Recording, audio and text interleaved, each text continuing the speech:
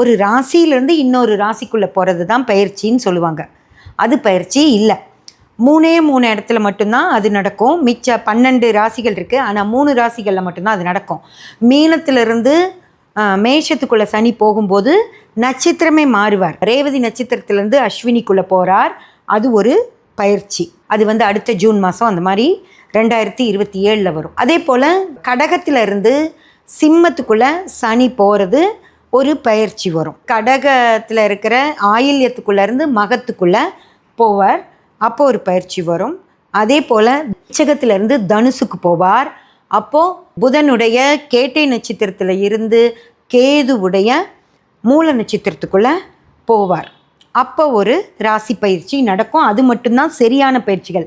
மிச்சம் இருக்கிற ராசி பயிற்சிகள் எல்லாமே அதே நட்சத்திரத்தில் தான் இருப்பார். அது நட்சத்திரம் மாறாது. ராசி கட்டம் மட்டும் மாறுறனால பயிற்சின்னு சொல்லுவாங்க. அது பயிற்சி கிடையாது. நட்சத்திரம் மாறுறது மட்டும்தான் பயிற்சி.